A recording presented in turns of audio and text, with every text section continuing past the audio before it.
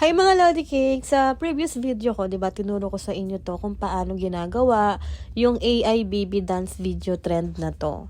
So marami nag-comment na hindi nila magawa kasi nga may bayad. Kaya naman ito, meron pa akong isang ituturo sa inyo. Pwede nyo na itong magaya kasi dito free lang, walang bayad. Paborito ng buong mundo. Yan naman ituturo ko sa inyo kung paano yan ginagawa yung ganyang baby AI dance na yan. So, pumunta lang kayo sa Google Chrome and then dito sa search bar, i-type nyo lang dito, Hailu AI. Yan yung spelling ha. Hailu AI, and then pag na-search nyo na ang Hailu AI, itong pinaka nasa unahan, ito yung pipindutin ninyo. And then, ganito yung makikita ninyo. So, kailangan nyo muna ditong mag-sign in gamit yung mga Google account ninyo. So, pagka-sign in nyo dyan ng mga Google account ninyo, mga Lodi Cakes, i-continue nyo lang. And after nyo mag-login ng Google account ninyo, magkakaroon po kayo ng free na 200 credits. So, marami-rami yung magagawa nyo dito kasi ang pag-generate dito ay 15 credits lang. Kaya dun sa na-earn mo 200 credits, makakagawa ka dito ng mga 13 videos. So, mag-start na tayo. Pipindutin nyo lang tong add button sa baba. And then, mga Lodi Cakes, dito sa taas, nakalagay dyan may I2V, T2V, and then S2V. So, ang isa-select nyo dito itong I2V. And then, pindutin nyo na to. Click to upload an image.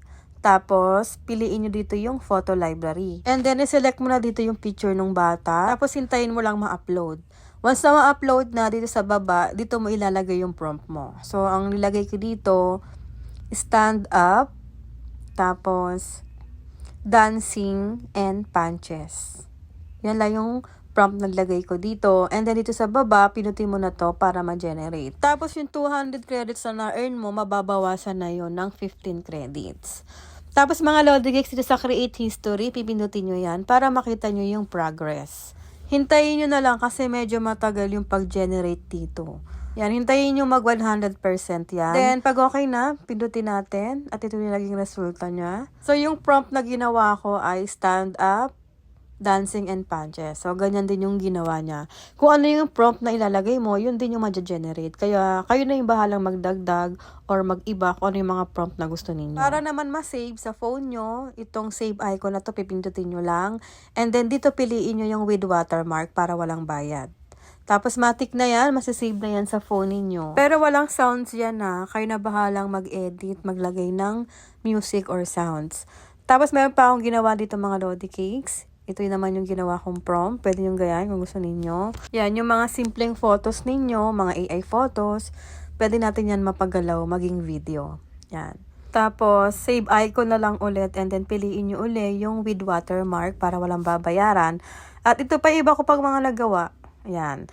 O diba ang dami? Kasi nga, meron tayo ditong free na 200 credits. Kaya marami-rami tayong video dito na magagawa. So, ito, nag-try pa ako ng isa pa. Same prompt pa rin sa una, yung stand up, tapos punches, dancing. Pero nag-add na lang ako dito ng kung fu. Yan naman yung prompt na itatry natin. Tapos, pinutin natin ulit dito sa baba para ma-generate. At ito na yung naging result niya ng prompt ko na yan. Yan, stand up, tapos, dancing, punches, and kung fu. Ayan, nag-kung fu yung baby.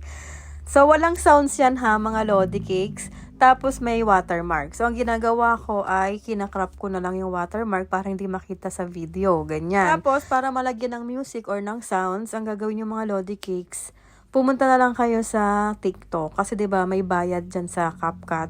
Yung pag-extract ng audio dyan, may bayad. So, search nyo na lang sa TikTok kung ano yung sounds or music na gusto niyo. So, for example, sa akin, itong Kung Fu Panda.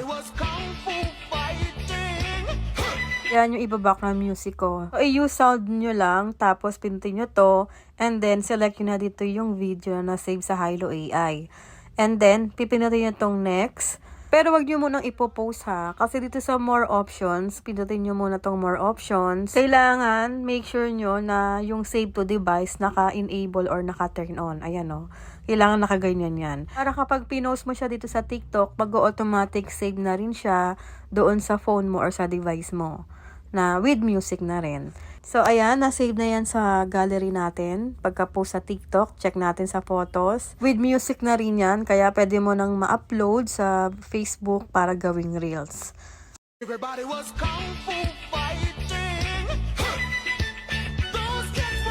So, yun lang mga Lodi Cake. Sana nagustuhan nyo itong tutorial ko. And thank you for watching. Please like, share, and follow for more.